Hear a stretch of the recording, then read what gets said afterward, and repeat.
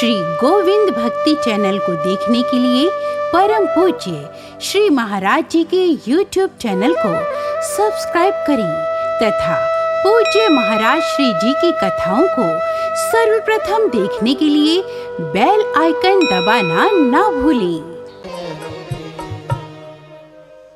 भगवान अबोध बालक की तरह लीला कर रहे हैं। चार थे स्वभिज्ञा स्वराट, तेने ब्रह्म हृदय आदि कवये, मुह्यन्ति सूरया। तेजो वारी मृदाम यथा विनिमयो। ये प्रथम श्लोक के तीसरे पाद में भगवान कन्हैया की वेणु का वर्णन किया है, बांसुरी की महिमा बताई है। कन्हैया जब वेणु निनाद करते हैं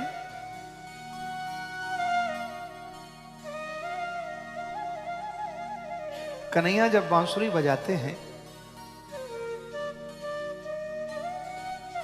तो कलकल कल्लोल करती हुई कमनीय कालिंदी का कलरव कुंठित हो जाता है। निरंतर अव्याहत गति से बहने वाली यमुना का प्रवाह पत्थर की भांति रुक जाता है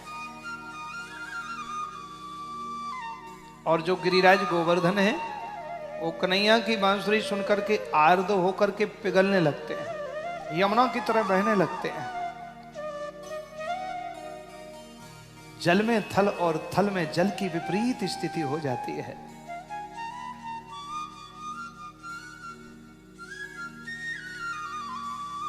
गैया घास चरना बंद कर देती हैं और कान चढ़ा के देखती हैं बांसुरी कहां बज रही है। बछड़े अपनी माँ का दूध पीते हैं, टकी लगा के कि ये बांसुरी कहाँ बज रही है। उनका जो दूध है वो कंठ में रह जाता है, ना तो वो बाहर उगलते हैं ना निगलते हैं, एकदम स्तब्ध हो जाते हैं। ऐसा चमत्कार कन्हैया की बांसुरी में है। सूर्य शीतल लगने लगता है, चंद्रमा उष्णता देने लगता है और जो प्रकृति है वो शांत हो जाती है। सृष्टिकर्ता जो ब्रह्मा है वो सृष्टि भूल जाते हैं, मैं क्या रचना करूं।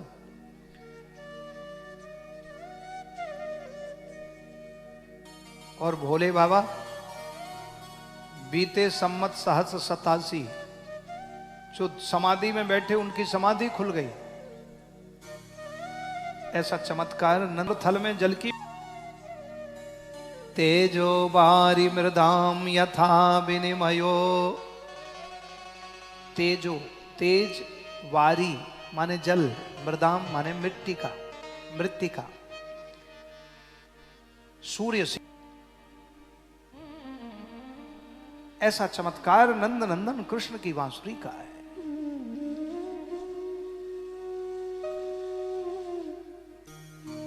यत्र त्रिसर्गो मृषा।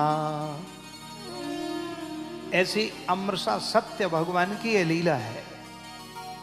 यत्र त्रिसर्गो, ये भगवान की त्रिसर्ग लीला है। त्रिविध लीलाएं हैं भगवान की। पृथ्वी पर भगवान ने धराधाम पर 3 त्रिविध लीलाएं की हैं, ऐसा महापुरुष बताते हैं। त्रिविध लीलाएं कौन कौन सी हैं? बोले 11 साल गोकुल और वृंदावन, और 14 वर्ष मथुरा 2, और 100 वर्ष द्वारिका।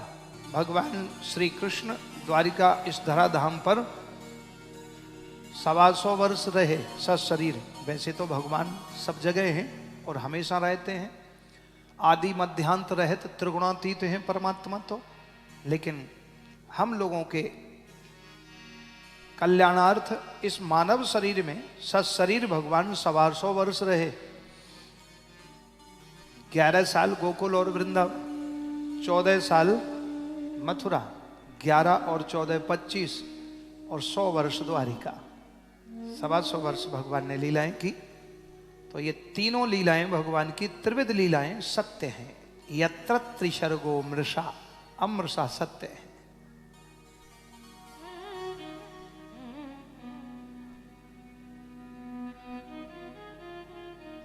वेणु वादन करते करते भगवान सबको मोहित कर देते हैं। गोपियां कहती है श्याम सुंदर, हे कृष्ण ये बांसुरी अब मत बजाना, क्योंकि तुम्हारी बांसुरी को सुनकर के हम अपने घर के काम काज को बंद कर देते हैं, हमें पता ही नहीं लगता वह हम करें क्या। तुम्हारी ऐसी मनमोहक बांसुरी है हे नंदनंदन कि ये मनमोहिनी बांसुरी में हमारा मन आप में ही रम जाता है। और फिर हम ना तो अपने बालकों को भोजन बना पाती, ना हम अपने पतियों के लिए भोजन रख पाती, क्योंकि उनको बाहर गांव में बिजनेस व्यापार में जाना है, काम पे जाना है। घर में भी झाड़ू पोंछा गोबर आदि सब हमारा रह जाता है। ऐसा चमत्कार कन्हैया का है। वृंदावन बंशी बजी मोहे तीनों लोक, वो तीनों मोहे नहीं, जो छुपे कौन की ओट, छुपे कौन की ओट।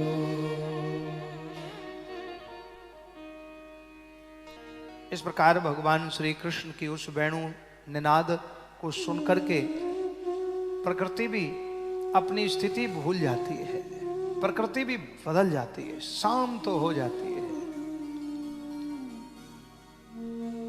इसलिए ऐसो कन्हैया है कि ऐसी अद्भुत बांसुरी बजाते हैं नंदनंदन मनमोहन कि बांसुरी को सुन करके, वेणु को सुन करके सब स्तब्ध हो जाते हैं।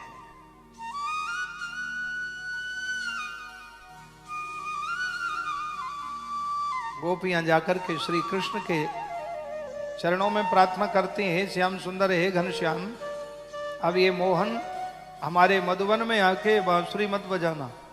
तुम्हारी बांसुरी को सुन करके हम सब अपने काम काज को भूल जाते हैं, इसलिए मोहन हमारे मधुवन में तुम आया ना करो, जादू भरी ये बांसुरी बजाया ना करो। कन्हैया की बांसुरी में बड़ा जादू है। जहां ना चलता था काम तीर और कमानों से, वहां विजय होती है नटवर की मुरली की तानों से। केवल बांसुरी बजा बजाए के कन्हैया ने सबको ठीक कर दी। गोपियां कह रही हैं, बड़ा सुंदर भजन है ये, ब्रज का साहित्य है, असली सार है ब्रज को। मोहन हमारे मधुबन में तुम आया ना करो, जादू भरी ये बांसुरी बजाया ना करो। मोहन हमारे मधुबन में तुम आया ना करो, जादू भरी ये बांसुरी बजाया ना करो। मोहन हमारे मधुबन में तुम आया ना करो, जादू भरी ये बांसुरी बजाया ना करो।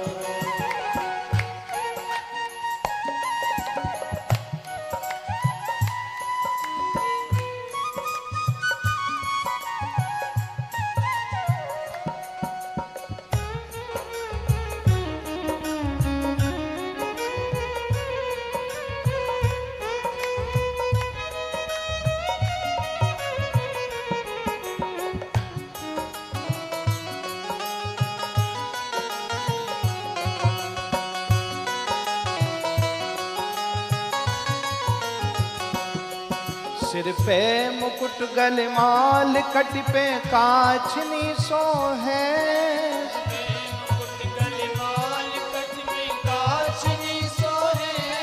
सिर पे मुकुट गलमाल कट पे काछनी सो है, मुकुट गलमाल कट पे काछनी सो है। कानों में कुंडल झूमते मन को मेरे मोहे, कानों में कुंडल झूमते मन को मेरे मोहे। ये चंद्रमा के रूप से लुभाया ना करो, चंद्रमा के रूप से लुभाया ना करो। जादू भरी ये बांसुरी बजाया ना करो, जादू भरी ये बांसुरी बजाया ना करो। ओ मोहन हमारे मधुबन में तुम आया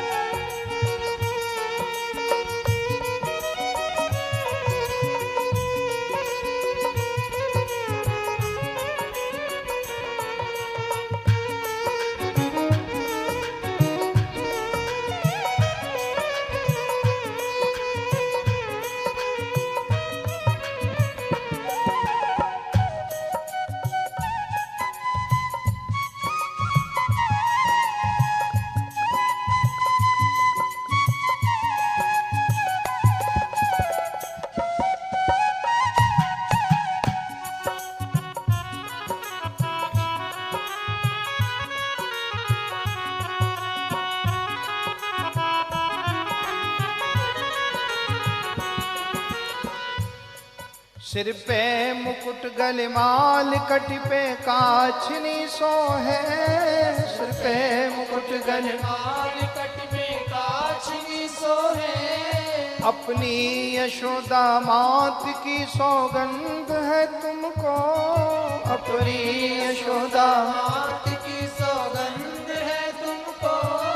माखन चुराने वाले चित चुराया न करो। माखन चुराने वाले चित चुराया न करो। ओ मोहन हमारे मधुबन में तुम आया न करो। हमारे मधुबन में तुम आया न करो। जादू भरी ये बांसुरी बजाया न करो।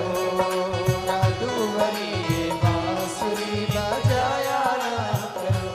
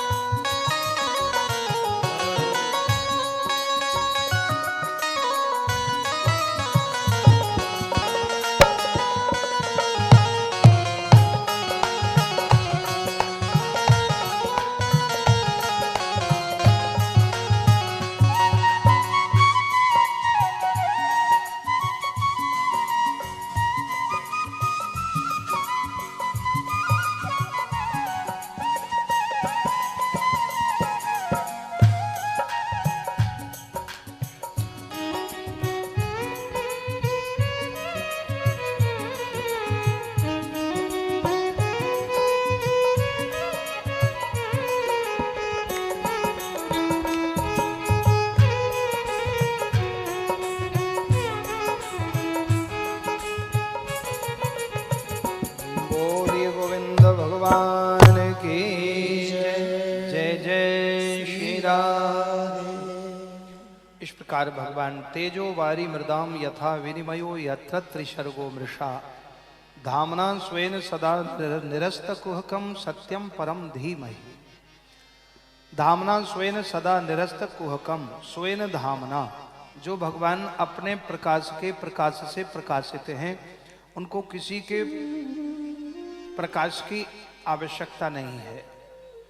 जिन भगवान ने अपने प्रकाश के प्रकाश से बड़े बड़े अघासुर, बकासुर, सक्टासुर, पूतना, धेनुकासुर, व्योमासुर, केसी, बड़े बड़े राक्षसों का उद्धार कर दिया, ऐसे भगवान श्री कृष्ण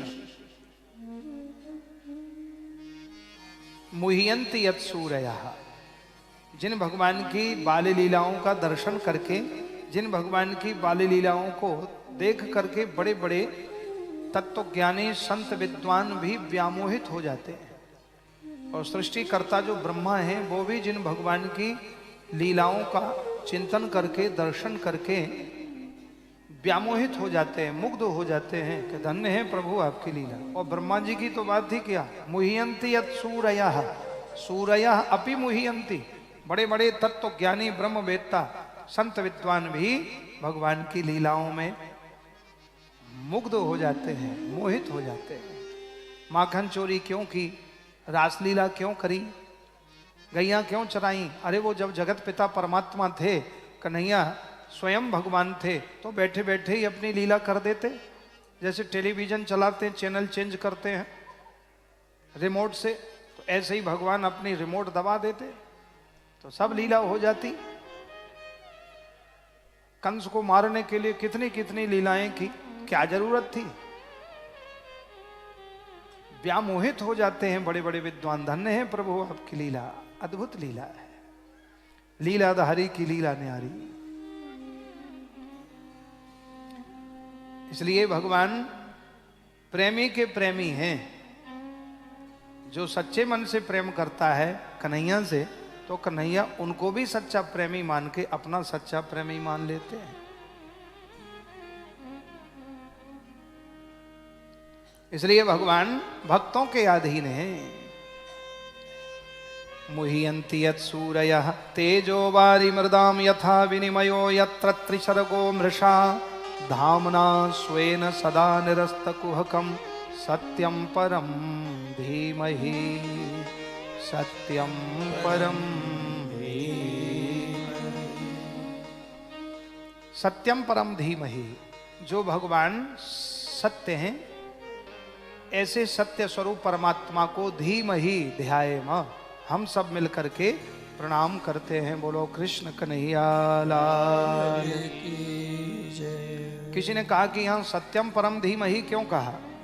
कृष्णम परम धीमहि कहना था, क्योंकि श्रीमद् भागवत भगवान कृष्ण का स्वरूप है।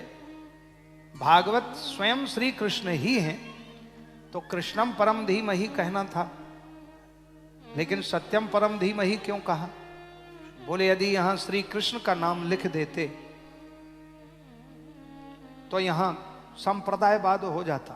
कृष्ण भक्त सोचते कि मेरा ग्रंथ है, राम भक्त सोचते हमारा नहीं, हम क्यों सुने। तो बोले राम जी का नाम लिख देते, रामम परम धीमहि। तो बोले शिव भक्त बोलते वो तो राम जी का है, हमारा ग्रंथ नहीं।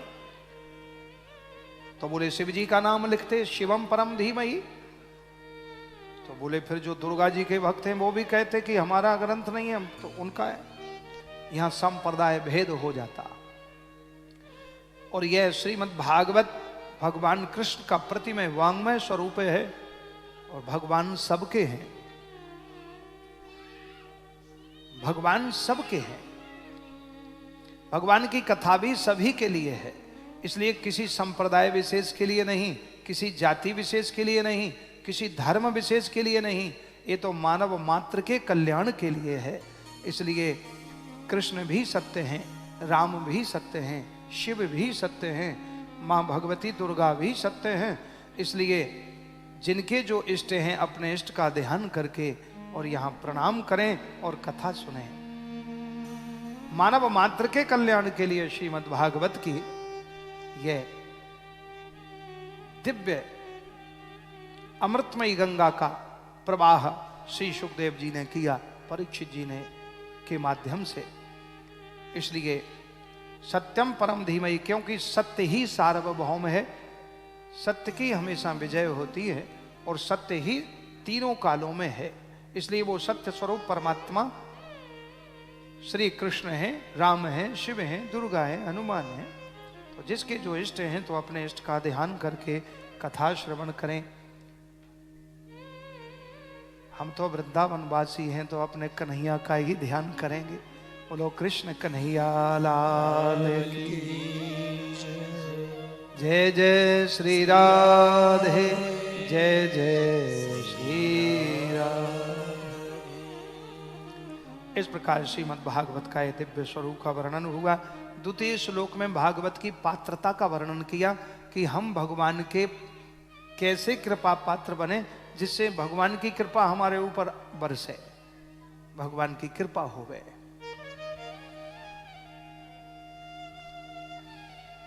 धर्म प्रोजित कैतवोत्र परमो निर्मत्सराणां सताम्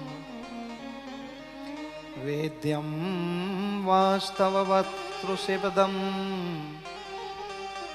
वेद्यं वास्तवमत्र वस्तु शिवदम् तापत्रयो मूलनम्। श्रीमद्भागवते महामुनिकृते किं वा परैरीश्वरा सद्यो हृद्यवरुध्यतेऽत्र कृतभिः शुश्रूषुभिस्तच्छणात्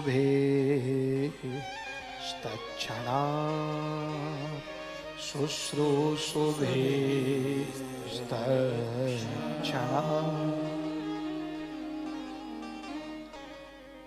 भागवत के द्वितीय श्लोक में पात्रता का वर्णन किया कि हम कैसे पात्र बने, जो भगवान की हम पर कृपा हो, हम भगवान के लायक बन जाए। धर्म प्रोजित कैतवोत्र परमो निर्मत्सराणां सताम्। बोले सबसे श्रेष्ठतम उपाय है कि अपने हृदय से मत्सर को निकाल दो, पात्रता आ जाएगी। मत्सर क्या है? मत्सर माने ईर्षा। निर्मत्सराणाम सताम्। जब तक मानव के हृदय में से ईर्षा नहीं जाएगी तब तक वह हृदय रूपी पात्र स्वच्छ नहीं होगा, सुंदर नहीं होगा। इसलिए हृदय से ईर्ष्या निकलनी चाहिए, क्योंकि ये भागवतामृत है, ये साधारण पात्र में तो रुकता नहीं है, ये तो विशुद्ध हृदय रूपी पात्र चाहिए। जैसे अब वृंदावन में कई जगह अन्न क्षेत्र बंटता है, बहुत आश्रमों में, अपने आश्रम में भी बंटता है गुरुदेव की कृपा से। तो बहुत लोग होते हैं कि पात्र नहीं लाते, तो जिनको पात्र नहीं है तो वो उनको नहीं मिल पाएगा। अब गरम गरम तस्मई बट रही है, खीर बढ़िया दिव्य खीर है, और जिसके पास में पात्र है वो अपने पात्र में लेगा और आगे चलेगा, पीछे वाला लेगा, फिर आगे चलते जाएंगे। जिसके पास पात्र नहीं है और गरम गरम खीर हाथ में लेगा तो ले पाएगा? नहीं ले पाएगा, उसके हाथ जल जाएंगे। वो कहेगा झोली में डाल दो, तो खीर कोई झोली में लेने की चीज है? खीर के लिए तो पात्र ही होना चाहिए। अच्छा चलो पात्र भी मिल गया, और यदि पात्र गंदा हुआ, उसमें खटाई लगी हो, नींबू का रस लगा हो, गंदगी हो, तो खीर उसमें ले लो गरम गरम, तो खीर सुरक्षित रहेगी? फट जाएगी, खराब हो जाएगी। आपने दूध, स्वच्छ देसी गाय का दूध और किसी खट्टे बर्तन में रख दिया, पात्र में रख दिया जो साफ नहीं है, तो वो दूध ज्यादा समय तक नहीं टिकेगा, थोड़ी देर में वो खराब हो जाएगा, फट जाएगा, बेकार हो जाएगा। उसका ना पनीर बनेगा, ना चाय बनेगी, ना दूध बनेगा, कुछ भी नहीं बनेगा। और यदि आपने जो पात्र अच्छे से विम पाउडर से मांज दिया या कंडे की राख से मांज करके, कपड़े से पोंछ करके और साफ कर दिया, और फिर उसमें दूध रखो, तो फटेगा? नहीं फटेगा। तो ये भागवतामृत रूपी दुग्ध भी साधारण पात्र में नहीं रुकता, ये हृदय रूपी पवित्र पात्र में रुकता है, जिस हृदय में ईर्ष्या ना हो। ये ईर्ष्या बड़ी खतरनाक होती है, ये किसी को नहीं छोड़ती, केवल गुरु कृपा पात्र को ही छोड़ पाती है। जो ही अपने से ऊपर उठते हुए व्यक्ति को देखा और ये ईर्ष्या बढ़ना शुरू हो जाती है। राम कथा में एक कथा आती है हनुमान जी की, प्रेम से बोलो राधे राधे। जामवंत के वचन सुहाए, कहे हनुमंत हृदय दीवाए। सुंदरकांड की में जब हनुमान जी मां सीता का पता लगाने के लिए जाते हैं, तब श्री हनुमंत लाल जी श्री रघुनाथ जी के चरणों में प्रणाम करते हैं और आज्ञा लेके जाते हैं। और मुद्रिका प्रभु ने दी, पाछे पवन तनय सिर नावा। हनुमंत लाल जी को श्री रघुनाथ जी ने एक राम नाम अंकित मुद्रिका प्रदान कराई।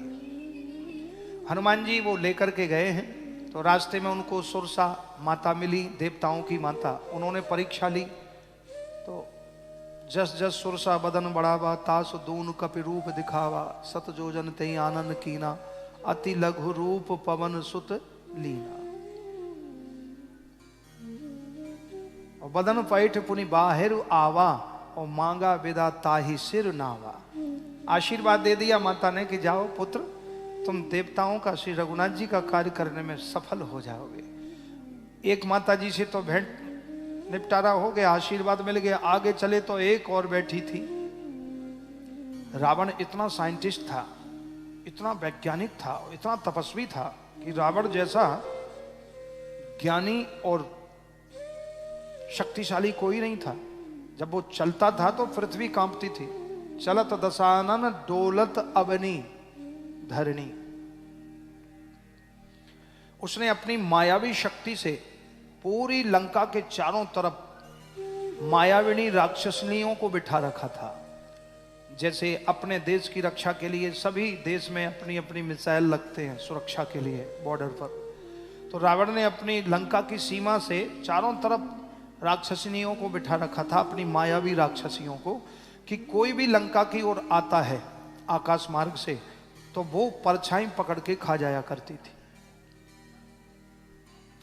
तो जब हनुमान जी गए तो हनुमान जी के साथ भी ऐसा ही हुआ। हनुमान जी जैसे ही आकाश मार्ग से लंका की ओर जा रहे थे, माँ सीता का पता लगाने के लिए। तो वो राक्षसी ने देखा आकाश से कोई जीव उड़ता जा रहा है, तो उसकी परछाई पकड़ ली, परछाई पकड़ के खींचा। उनमें ऐसी शक्ति होती थी कि वो परछाई से ही खींच लेती थी। तो हनुमान जी खींचे तो नहीं, लेकिन रुके, बोले कौन थोड़ा सा कोलाहल कर रहा है। झांक के देखा तो देखा ये रावण की ही बनाई हुई मायाविनी शक्ति राक्षसी है।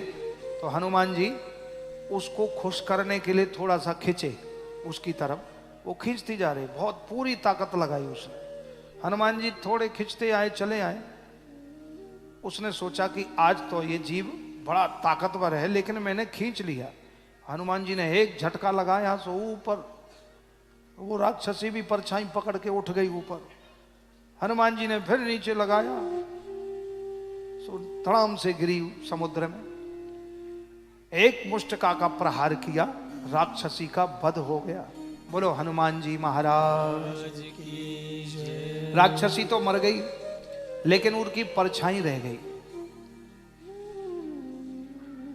मानव के समुद्र जैसे विशाल हृदय में जो ईर्ष्या रूपी राक्षसी बैठी है, यही भगवान से मिलने में बाधा करती है। जो ही अपने से ऊपर उठते हुए तरक्की करते हुए व्यक्ति को देखा, अरे कल तो हमसे उधार मांगता था, कुछ भी नहीं था, आज इतना बड़ा आदमी हो गया, उसका काम ऐसा करो जिससे ऐसा हो जाए।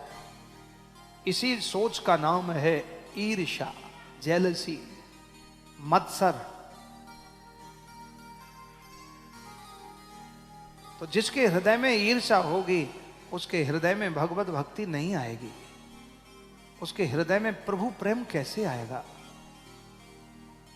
उसके हृदय में भगवान भागवत अमृत कैसे रुकेगा, वो तो फट जाएगा। जैसे खट्टे बर्तन में दूध रखा तो फट गया। भागवत तो पवित्र हृदय में आती है। इसलिए हृदय रूपी पात्र हमें साफ रखना है, स्वच्छ और सुंदर रखना है। वो कैसे होगा? वो विम पाउडर से साफ नहीं होगा, राख से साफ नहीं होगा, निरमा से साफ नहीं होगा। वो भक्ति रूपी शीतल प्रेम धारा से और विश्वास रूपी पोंछा से इसको पोंछ लो, क्योंकि बिना विश्वास के भक्ति नहीं आती है। इसलिए प्रभु के चरणों में, सदगुरु के चरणों में विश्वास हो।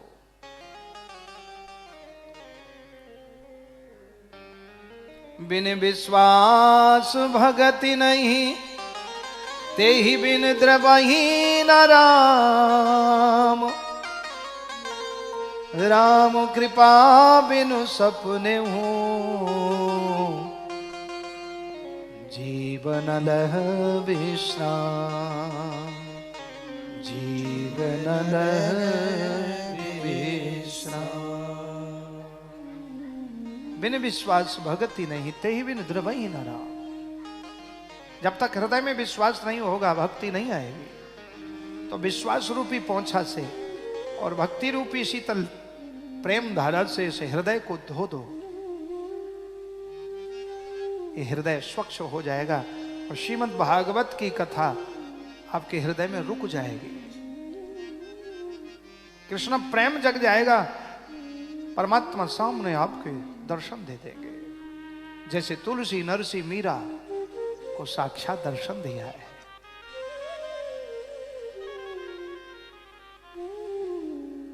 इसलिए वृंदावन में श्री चरणन में हमको रहना है। संतन के संग बैठ बैठ मुझे नाम सुमरना है। इसलिए परमात्मा के चरणों में प्रीति है। परमात्मा कृपा करते, दया करते हैं, क्योंकि भक्ति संतों के चरणों में आने से आती है।